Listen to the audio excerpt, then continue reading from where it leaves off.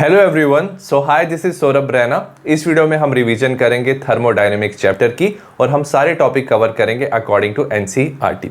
सबसे पहले हम बात करते हैं कि थर्मोडायनेमिक्स क्या होता है। The branch of science which deals with the quantitative relationship between heat and other form of energy. तो इसमें क्या रिलेशनशिप होगा हीट और अदर फॉर्म ऑफ एनर्जी को, तो इसे हम थर्मोडायनेमिक्स कहते हैं। सबसे पहले इसकी कुछ इंपॉर्टेंट टर्म्स की बात करेंगे। सबसे पहले आता है हमारा सिस्टम। सिस्टम क्या होता है? Part of universe under observation. Suppose हमारे पास क्या ये कंटेनर है, इसमें कुछ लिक्विड है, तो अगर हम इसे अंडर ऑब्जर्वेशन रख रहे हैं तो इसे हम बोलते हैं सिस्टम। सराउंडिंग क्या होता है? Part of universe other than system. इसको छोड़ के जो भी बाकी चीज है उसे हम सराउंडिंग कहेंगे। तो याद रखना, जो यूनिवर्स है वो बनता है सिस्टम प्लस सराउंडिंग। और बाउंड्री क्या होता है? The wall that separate system from the surrounding. तो ये जो वॉल है जो सिस्टम और सराउंडिंग को सेपरेट करता है, इसको हम बाउंड्री कहते हैं। नेक्स्ट हम बात करेंगे टाइप ऑफ सिस्टम। तीन तरह के सिस्टम होते हैं। सबसे पहला है हमारा ओपन सिस्टम। इस सिस्टम में क्या होता है? It can exchange both mass and energy with the surrounding. तो इस सिस्टम में मास मतलब मैटर या एनर्जी क्या होती है, सराउंडिंग से एक्सचेंज हो सकती है। एग्जांपल, रिएक्टेंट इन ए ओपन बीकर। क्लोज सिस्टम क्या होता है? इस system which can exchange energy. इसमें एनर्जी तो एक्सचेंज हो जाता है with surrounded but not mass. Mass exchange नहीं होता है। जैसे क्लोज्ड वेसल, एक क्लोज वेसल है made up of conducting material. Conducting material like copper, तो एनर्जी क्या हो सकता है? एक्सचेंज हो जाता है। नेक्स्ट हम बात करेंगे आइसोलेटेड सिस्टम की। इसमें ना तो एनर्जी ना तो मास एक्सचेंज होता है with the surrounding. Example, thermo flask are closed insulated vessel. तो इससे क्या होगा? ना तो एनर्जी ना तो मास एक्सचेंज होगा। नेक्स्ट हम बात करेंगे प्रॉपर्टीज ऑफ सिस्टम। सबसे पहले है extensive property. The properties of system which depend upon the quantity और size of matter present in it. जो क्वांटिटी और साइज ऑफ मैटर पे डिपेंड करता है, इसे हम बोलते हैं एक्सटेंसिव प्रॉपर्टी। अगर आप क्वांटिटी और साइज अगर मैटर का चेंज करोगे तो ये प्रॉपर्टीज भी चेंज होती हैं, like mass, volume, internal energy, heat capacity, enthalpy. Intensive property क्या होता है? The properties of system which are independent of the quantity और size of matter present in it. तो अगर आप क्वांटिटी और साइज मैटर का चेंज करोगे तो ये प्रॉपर्टीज सेम रहती हैं, ठीक है, like temperature, pressure, refractive index, specific heat. Next हम बात करेंगे state of a system. The physical state of a system in terms of measurable properties such as pressure, temperature, volume is called as state of a system. Suppose हमारे पास system में एक gas है, उसका एक पर्टिकुलर प्रेशर, टेम्परेचर और volume होगा और वो हमें क्या बताएगा? State of the system. और ये जो मेजरेबल प्रॉपर्टीज हैं जिसको आप मेजर करके स्टेट बता सकते हो, उसे हम क्या बोलते हैं? इन प्रॉपर्टीज को हम स्टेट वेरिएबल कहते हैं। नेक्स्ट है चेंज ऑफ स्टेट। अगर आप चाहते हो state of the system change करना तो आप क्या कर सकते हो? वन और मोर स्टेट वेरिएबल को चेंज कर सकते हो। सपोज पहली स्टेट में हमारे पास था P1 V1 T1, ठीक है, आपने इसको चेंज करके क्या किया? P2 V2 T2 ले आया, तो एज ए रिजल्ट क्या हो जाएगा? जो स्टेट है वो क्या आ जाएगा? चेंज हो जाएगा।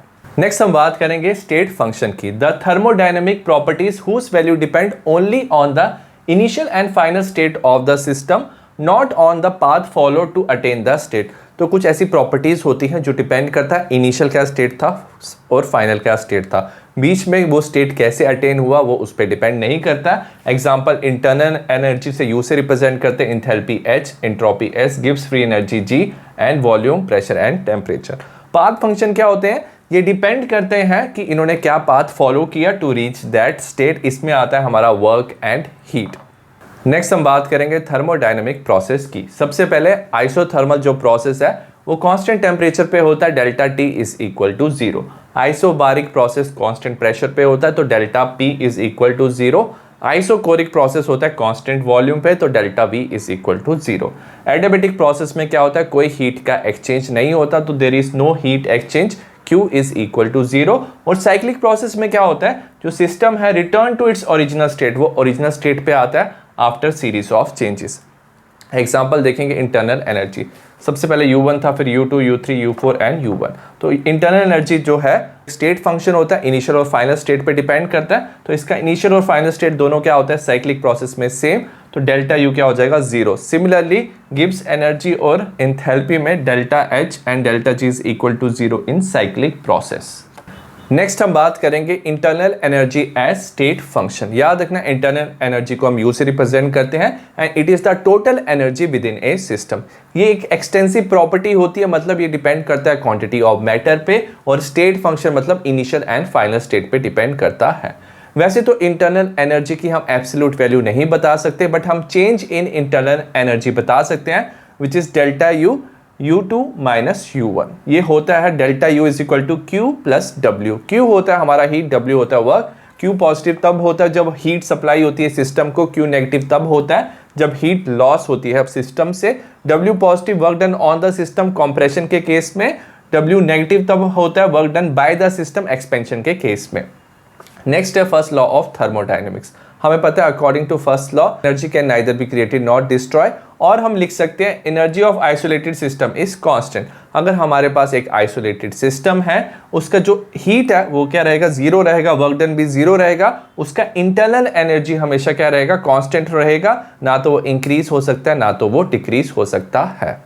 नेक्स्ट हम बात करेंगे प्रेशर वॉल्यूम वर्क की। सबसे पहले इरिवर्सिबल प्रोसेस, जो एक स्टेप में होता है उसे इरिवर्सिबल प्रोसेस कहते हैं। सपोज हमारे पास सिलेंडर है, इसमें गैस और यहाँ पे क्या है, पिस्टन है। आपने क्या डाला, एक्सटर्नल प्रेशर डाला, तो एज ए रिजल्ट क्या होगा, गैस कंप्रेस हो जाएगा, पिस्टन आगे की तरफ मूव करेगा। ठीक है, ये work done on the system होता है और इसे हम पॉजिटिव वर्क भी कहते हैं।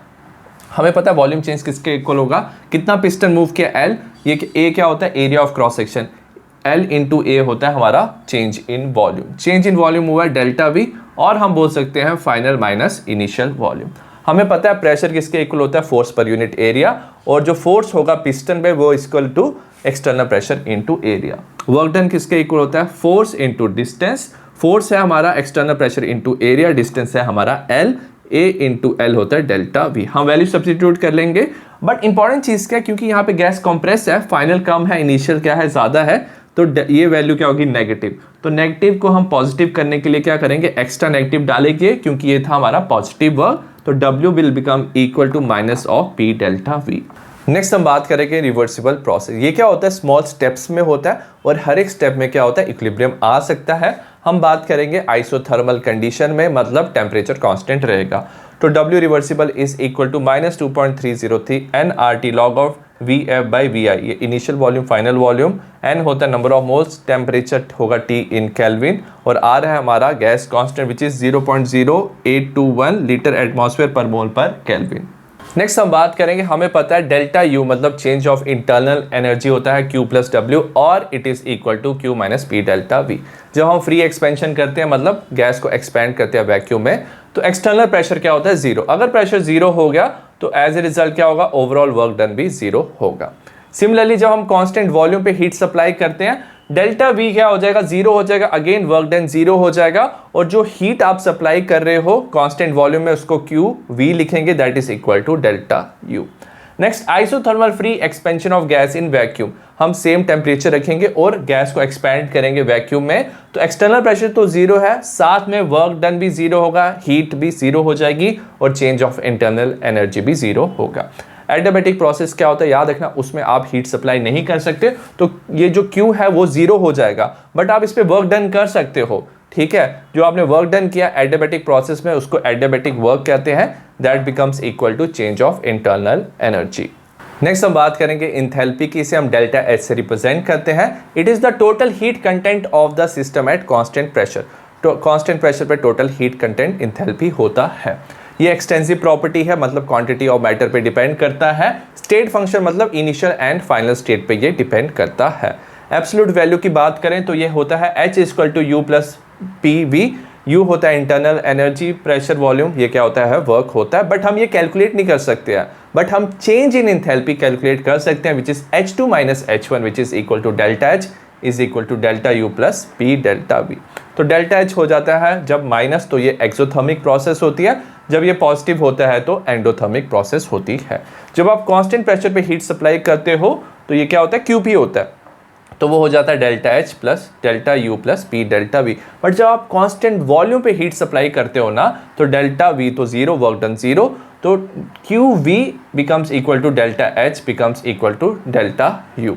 नेक्स्ट हम बात करेंगे reaction involving gases. Suppose reaction में गैसेस का इन्वॉल्वमेंट है, तब हम नया फॉर्मूला बना सकते हैं। सपोज इनिशियल गैसेस का वॉल्यूम था V1, अब हो गया V2, पहले था N1, अब हो गया N2 नंबर ऑफ मोल्स। हमें पता है according to ideal gas equation PV1 equal to N1 RT, PV2 equal to N2 RT। Second को फर्स्ट में से माइनस करेंगे तो V2 minus V1 is equal to N2 minus N1 RT, और P delta V equal to delta NG RT। तो P delta V में and delta NG RT की हम वैल्यू सब्सिट्यूट करेंगे तो हमारा बन जाएगा delta H is equal to delta U plus delta NG RT।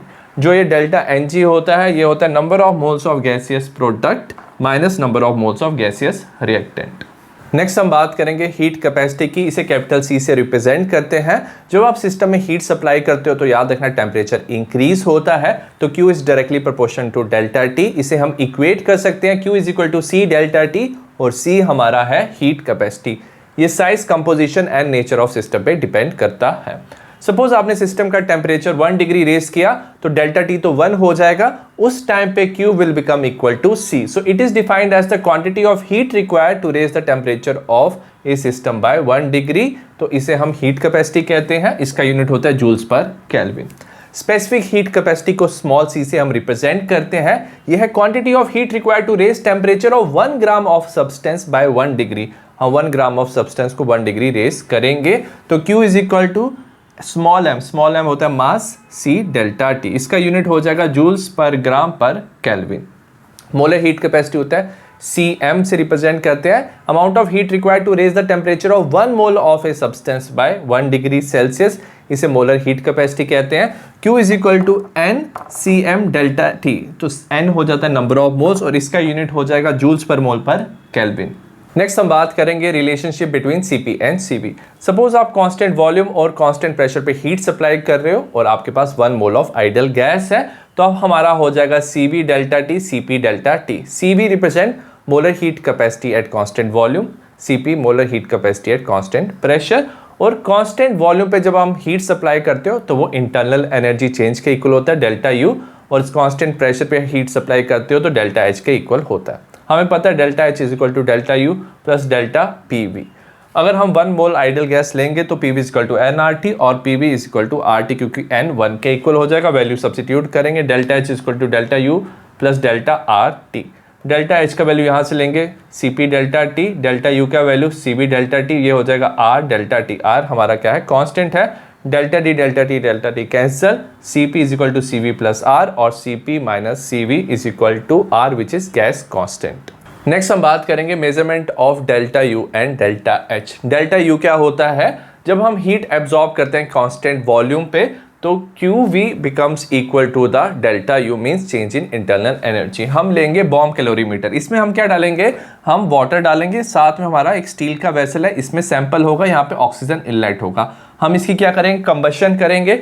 जैसे कंबशन करेंगे हीट रिलीज होगा, हीट वाटर में ट्रांसफर होगा और वाटर का हम टेम्परेचर नोट डाउन करके हम हीट कैलकुलेट कर सकते हैं और हम मेक श्योर करेंगे ये कांस्टेंट वॉल्यूम पे हो रहा है। सो जो हीट है कांस्टेंट वॉल्यूम में that becomes equal to the delta U।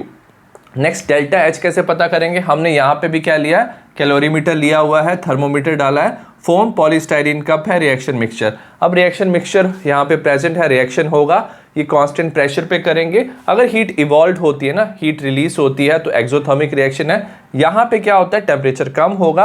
अगर हीट एब्जॉर्ब करेगा ये मिक्सचर तो टेम्परेचर इंक्रीज होगा, एंडोथर्मिक रिएक्शन है। और जब आप हीट मेजर करोगे टेम्परेचर से तो that become equal to delta H।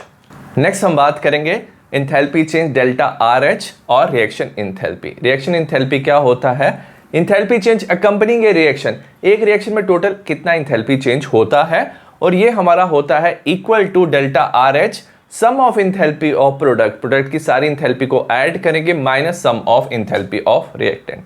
इसे ऐसे भी लिख सकते हैं, delta RH is equal to summation of AIH product minus summation of BIH reactant. AI and BI क्या होगा, स्टोइचियोमेट्रिक कोफिशिएंट होगा प्रोडक्ट एंड रिएक्टेंट। तो हमें क्या करना है, जो भी इंथैल्पी है प्रोडक्ट की उसके स्टोइचियोमेट्रिक कोफिशिएंट से मल्टीप्लाई करना है, सबको ऐड करेंगे, माइनस BI मतलब स्टोइचियोमेट्रिक कोफिशिएंट ऑफ रिएक्टेंट, उससे मल्टीप्लाई करके सबको ऐड करेंगे।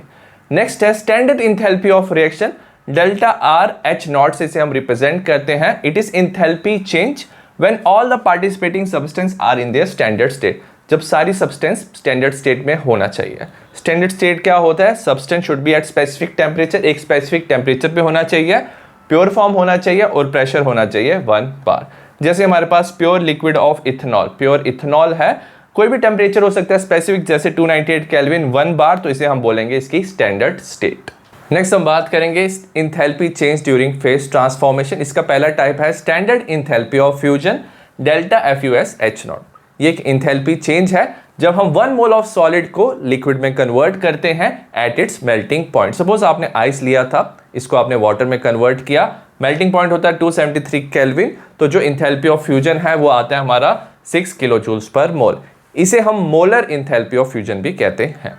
Next standard enthalpy of vaporisation delta VAP H0। ये क्या होता है? इंथैल्पी चेंज जब हम 1 मोल ऑफ लिक्विड को उसके वेपर्स में कन्वर्ट करते हैं उसके बॉइलिंग पॉइंट पे। आपके पास वाटर था, वाटर वेपर में कन्वर्ट करना है, उसका बॉइलिंग पॉइंट होता है 373 केल्विन, तो इंथैल्पी ऑफ वेपराइजेशन आ जाएगा 40.79 किलो जूल्स पर मोल। इसे मोलर इंथैल्पी ऑफ वेपराइजेशन भी कहते हैं। Next standard enthalpy of sublimation delta SUB H0। इसमें क्या होता है? इंथैल्पी चेंज होता है जब 1 मोल ऑफ सॉलिड को आप डायरेक्टली सब्लाइम करके वेपर्स में कन्वर्ट करते हो at constant temperature at 1 bar pressure. ठीक है, तो CO2 सॉलिड को आप CO2 गैस में कन्वर्ट करते हो 195 केल्विन में, तो इंथैल्पी ऑफ सब्लिमेशन आता है 73 kilo joules per mole. Next हम बात करेंगे standard enthalpy of formation delta FH0 से इसे हम रिप्रेजेंट करते हैं। It is enthalpy change accompanying the formation of 1 mole of compound. हम 1 मोल ऑफ कंपाउंड बनाते हैं उसके एलिमेंट से in their most stable state of aggregate. जो एलिमेंट्स है वो most stable state of aggregate मतलब अपनी नेचुरल स्टेट में प्रेजेंट होने चाहिए। जैसे कार्बन का नेचुरल स्टेट ग्रेफाइट है, ऑक्सीजन O2 गैस, सल्फर एसेट्रोम्बिक, Br2 लिक्विड की फॉर्म में एंड I2 सॉलिड की फॉर्म में प्रेजेंट होने चाहिए, साथ में 25 डिग्री सेल्सियस और 1 बार में ये प्रेजेंट होने चाहिए। जैसे वाटर है, ये बनेगा हाइड्रोजन ऑक्सीजन से, तो हाइड्रोजन और ऑक्सीजन मोस्ट स्टेबल स्टेट होता है उनका H2NO2। हम मेक श्योर करेंगे हम 1 मोल बना रहे हैं, इसे 1 रखें तो इसे हम 1, इसका स्टोइचियोमेट्रिक कोफिशिएंट इसका हाफ हो जाएगा। ये 1 मोल बनेगा, इंथैल्पी ऑफ फॉर्मेशन हो जाएगा -285.8 किलो जूल्स पर मोल। और इंपॉर्टेंट चीज क्या है? जो most stable state of aggregate होते हैं, most stable state of aggregate जैसे H2O2, कार्बन O2 एसिड, तो इनका खुद का इंथैल्पी ऑफ फॉर्मेशन क्या होगा? 0 होगा। ठीक है, नेक्स्ट अगर हमें कोई रिएक्शन दिया हुआ है तो इंथैल्पी ऑफ रिएक्शन हम इंथैल्पी ऑफ फॉर्मेशन से बता सकते हैं। तो summation of total enthalpy of the formation of product minus summation of total enthalpy of formation of the reactant stoichiometric coefficient से मल्टीप्लाई करेंगे। इस रिएक्शन की बात करेंगे, so enthalpy of the reaction is equal to the enthalpy of formation of CaO, enthalpy of formation of CO2 minus enthalpy of formation of CaCO3। Next हम बात करेंगे Hess law of constant heat summation. If a reaction take place in several step, अगर reaction several step में हो रही है, then its standard reaction enthalpy जो होगा it is the sum of the enthalpies of intermediate reaction into which overall reaction में be divided at same temperature. Suppose A B में convert हो रहा है, इसकी इंथैल्पी डेल्टा H1। अगर ये रिएक्शन हम इंटरमीडिएट स्टेप से लेते हैं, अगर A को हम C में कन्वर्ट करते हैं, C में B में कन्वर्ट करते हैं, तो इंथैल्पी ऑफ जो रिएक्शन है that is also equal to enthalpy of intermediate step. तो delta H1 becomes equal to delta H2 plus delta H3। Suppose हमें फाइंड करना है C plus half O2 result in formation of C हो, हमें delta R H0 इसका find करना है। हमें इन्होंने क्या दिया? 2 इक्वेशन दिया हुआ है, C plus O2 result in formation of CO2, इसका डेल्टा R दिया हुआ है, CO plus half O2 result in formation of CO2। अब इन दोनों इक्वेशन से हमें ये इक्वेशन बनाना है, हमें हेस लॉ बनाना है। सबसे पहले हम देखेंगे यहाँ पे ग्रेफाइट, यहाँ पे ग्रेफाइट, तो ये जो लेफ्ट हैंड साइड है इसको हम ऐसे ही रखेंगे। बट सेकंड वाली इक्वेशन में अगर आप देखोगे CO यहाँ पे था बट CO यहाँ पे प्रेजेंट है लेफ्ट हैंड साइड पे या राइट हैंड साइड पे, तो हमें ये रिएक्शन क्या करनी है? इन्वर्स करनी है। इस रिएक्शन को जब हम इन्वर्स करेंगे ना, तो याद रखना जो इंथैल्पी है इसका साइन भी इन्वर्स हो जाएगा। यहाँ -283 था, यहाँ +283 हो जाएगा। हम इसको रिवर्स फॉर्म में लिख लेंगे। अब हम ये वाली इक्वेशन और ये वाली इक्वेशन दोनों को ऐड कर लेंगे, CO2 कैंसिल हो जाएगा, हाफ O2, तो हमें पहली वाली इक्वेशन इन दोनों से मिल जाएगी। तो इसकी जो इंथैल्पी है, इसकी जो इंथैल्पी है, दोनों को ऐड कर लेंगे, -373.5 + 283, हमारा फाइनल आंसर आ जाएगा -110.5 kilo joules per mole. Next हम बात करेंगे standard enthalpy of combustion delta C H0 से इसे हम रिप्रेजेंट करते हैं। It is the change in enthalpy when 1 mole of a substance is completely burnt in oxygen। जब हम 1 मोल ऑफ सब्सटेंस को बर्न करते हैं ऑक्सीजन की प्रेजेंस में और reactant and product standard state में प्रेजेंट होने चाहिए, तो इसे बोलते हैं इंथैल्पी ऑफ कंबशन। सपोज हमने ब्यूटेन लिया था, ऑक्सीजन के प्रेजेंस में हमने इसे क्या किया, बर्न किया, हमारा बनेगा CO2 H2O। तो इसको बैलेंस करेंगे, यहाँ पे 4 था तो 4 CO2, हाइड्रोजन क्या था 10 था तो यहाँ 5, और ऑक्सीजन को हम बैलेंस करेंगे। हम मेक श्योर करेंगे जो रिएक्टेंट है वो हमेशा क्या होना चाहिए, 1 मोल, अकॉर्डिंग टू द रिएक्टेंट हम इसे बैलेंस करेंगे। और इंथैल्पी ऑफ कंबशन हमेशा क्या होता है, एक्सोथर्मिक रिएक्शन होती है, हीट रिलीज होती है, तो डेल्टा H नेगेटिव होता है। इस रिएक्शन का डेल्टा C H0 होगा -2658 kilo joules per mole. Next हम बात करेंगे enthalpy of atomisation delta A H0। It is the enthalpy change on dissociation of 1 mole of substance into gaseous atom. तो 1 mole of substance को हम क्या करते हैं, उसके गैसियस एटम्स में कन्वर्ट करते हैं। 3 एग्जांपल है। सपोज आपने 1 मोल ऑफ हाइड्रोजन गैस लिया था, आपने इसके एटम्स को सेपरेट किया तो 2H गैस मिल गया, 2H गैस मिला, तो इंथैल्पी ऑफ एटमाइजेशन हो जाएगा 435 किलो जूल्स पर मोल। इसमें अगर आप देखोगे एक बॉन्ड होता है हाइड्रोजन के बीच में, तो अगर आप 1 मोल ऑफ बॉन्ड ब्रेक कर रहे हो तो that is also equal to bond dissociation enthalpy. Next जो सोडियम है सॉलिड फॉर्म में होता है, सॉलिड फॉर्म में क्या होता है, एटम्स के बीच में फोर्स ऑफ अट्रैक्शन होता है। तो जब आप इसको गैसियस फॉर्म में कन्वर्ट करोगे, फोर्स ऑफ अट्रैक्शन ब्रेक करोगे, that is also called as enthalpy of atomization 108.4 kilo joules per mole. और ये सॉलिड से गैस में कन्वर्ट हो रहा है, तो ये इंथैल्पी ऑफ सब्लिमेशन के भी इक्वल होगा। आपने 1 मोल ऑफ CH4 लिया, मीथेन, आपने इसके एटम्स को डिसोसिएट किया, कार्बन N4H आपने लिया गैसियस फॉर्म में, तो this is also equal to enthalpy of atomisation 1664 kilo joules per mole. Next हम बात करेंगे bond enthalpy, delta bond H0 से इसे हम रिप्रेजेंट करते हैं। जब हम 1 मोल ऑफ बॉन्ड ब्रेक करते हैं कोवलेंट कंपाउंड में, तो उसमें एनर्जी चेंज को बॉन्ड इंथैल्पी कहते हैं। अब याद रखना डायटोमिक मॉलिक्यूल्स में हम यूज करते हैं बॉन्ड डिसोसिएशन इंथैल्पी डायरेक्टली, तो बॉन्ड डिसोसिएशन इंथैल्पी ही बॉन्ड इंथैल्पी होता है डायटोमिक मॉलिक्यूल्स में। इसमें क्या होता है, change in enthalpy when 1 mole of covalent bond of gaseous covalent molecule is broken to form product in gaseous phase. जैसे क्लोरीन गैस है, ठीक है, तो इसमें अगर आपने 1 मोल लिया तो इसमें क्या होगा, 1 मोल ऑफ बॉन्ड होगा क्लोरीन में, ठीक है, तो आप 1 मोल ऑफ बॉन्ड को ब्रेक करोगे तो आपका बनेगा 2Cl गैस। तो इसमें क्या होगा, बॉन्ड डिसोसिएशन इंथैल्पी जो होगा वो बॉन्ड इंथैल्पी के भी इक्वल होगा 242 kilo joules per mole. Next हम बात करेंगे पॉली एटॉमिक मॉलिक्यूल्स में क्या होता है, एक से ज्यादा बॉन्ड होते हैं, ठीक है, तो इनमें हम लेते हैं मीन बॉन्ड इंथैल्पी, तो इनकी मीन बॉन्ड इंथैल्पी को हम बॉन्ड इंथैल्पी कहते हैं। जैसे CH4 में क्या होता है, कार्बन और हाइड्रोजन के 4 बॉन्ड होते हैं, ठीक है, तो पहले हम एक बॉन्ड ब्रेक करेंगे, हमें बनेगा CH3H, इसकी कुछ बॉन्ड इंथैल्पी होगी जैसे 427 किलो जूल्स पर मोल। हम एक और बॉन्ड ब्रेक करेंगे, हमारा बनेगा CH2H, कुछ बॉन्ड इंथैल्पी होगी, CH2 को ब्रेक करेंगे CHH, CH, तो हमने 4 बॉन्ड ब्रेक किए, चारों बॉन्ड की क्या होगी, डिफरेंट इंथैल्पी होगी। हमें क्या चाहिए, हमें बॉन्ड इंथैल्पी होता है जब हम 1 मोल ऑफ बॉन्ड ब्रेक करेंगे, बट यहाँ पे टोटल 4 बॉन्ड हो गए, तो हम क्या करेंगे, चारों को ऐड करेंगे, वैल्यू को डिवाइड करेंगे 4 से, तो हमें मिल जाएगा mean bond enthalpy 416 kilo joules per mole. Next अगर हमें इंथैल्पी ऑफ रिएक्शन दिया तो that is equal to summation of bond enthalpy of reactant minus summation of bond enthalpy of product. Next हम बात करेंगे enthalpy of solution delta SOL H0 से represent करते हैं। It is the enthalpy change accompanying the dissolution of 1 mole of substance in specific amount of solvent under standard condition. हम 1 mole of substance को क्या करते हैं, डिसॉल्व करते हैं स्पेसिफिक अमाउंट ऑफ सॉल्वेंट में, तो जो इंथैल्पी चेंज होता है that is enthalpy of solution.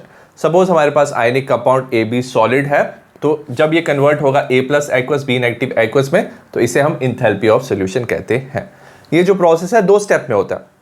सबसे पहले स्टेप में क्या होता है, जो आयनिक कंपाउंड है ना 1 मोल जो लिया वो अपने गैसियस आयन में कन्वर्ट होता है, A+ गैसियस B- गैसियस, तो इसको कन्वर्ट करने के लिए जो एनर्जी रिक्वायर्ड होता है उसे लैटिस इंथैल्पी कहते हैं, डेल्टा लैटिस H0 से इसे रिप्रेजेंट करते हैं।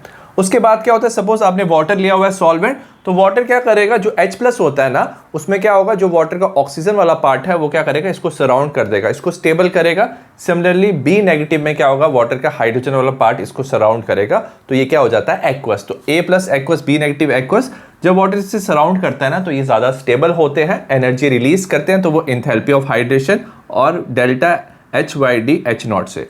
तो लैटिस इंथैल्पी हमेशा क्या होता है, पॉजिटिव, और ये जो हाइड्रेशन इंथैल्पी होता है नेगेटिव होता है। ओवरऑल इंथैल्पी ऑफ सॉल्यूशन होता है lattice enthalpy plus hydration enthalpy, ठीक है। जब हमने ओवरऑल इसको मेजर किया तो इसका वैल्यू क्या आता है, पॉजिटिव आता है एंथैल्पी ऑफ सॉल्यूशन, मतलब ये एंडोथर्मिक प्रोसेस होती है। तो अगर आप टेम्परेचर इंक्रीज करोगे तो सॉल्युबिलिटी इंक्रीज होती है। कुछ कुछ ऐसे आयनिक कंपाउंड होते हैं जिनकी लैटिस एंथैल्पी काफी ज्यादा हाई होती है, जैसे LiF। अगर लैटिस एंथैल्पी काफी ज्यादा हाई है तो ये कंपाउंड को ब्रेक करना डिफिकल्ट होता है, तो दे हैव नो डिसोल्यूशन।